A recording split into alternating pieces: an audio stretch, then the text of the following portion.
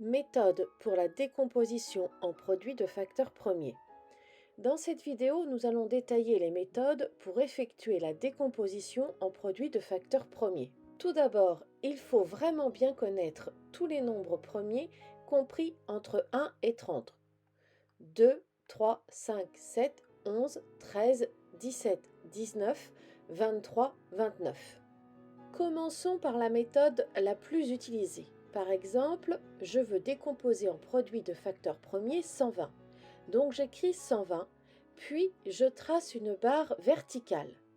Grâce à mes critères de divisibilité, je sais que 120 est divisible par 5. Donc j'écris 5 de l'autre côté de la barre. Sous 120, j'écris le résultat de la division de 120 par 5, qui est 24. Par mes critères de divisibilité, je sais que 24 est divisible par 2. Ça me donne 12. 12 est divisible par 2. Ça me donne 6. 6 est encore divisible par 2. Ça me donne 3. 3 étant un nombre premier, il n'est divisible que par 1 et lui-même. Donc je le divise par lui-même, c'est-à-dire 3. Et j'obtiens 1. Je peux faire ma décomposition dans un autre ordre. Je peux commencer par remarquer que 120 est divisible par 2, ça me donne 60, 60 est divisible par 3, ça me donne 20, 20 est divisible par 2, ça me donne 10, 10 est divisible par 5, ça me donne 2.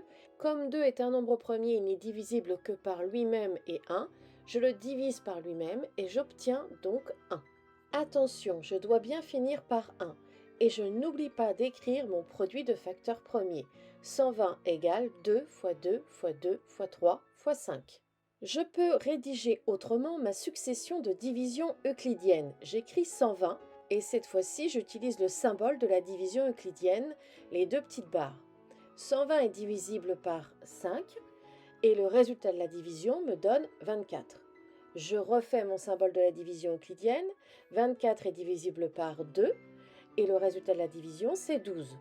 Et j'écris ainsi successivement toutes les divisions euclidiennes que je fais jusqu'à obtenir 1 au quotient.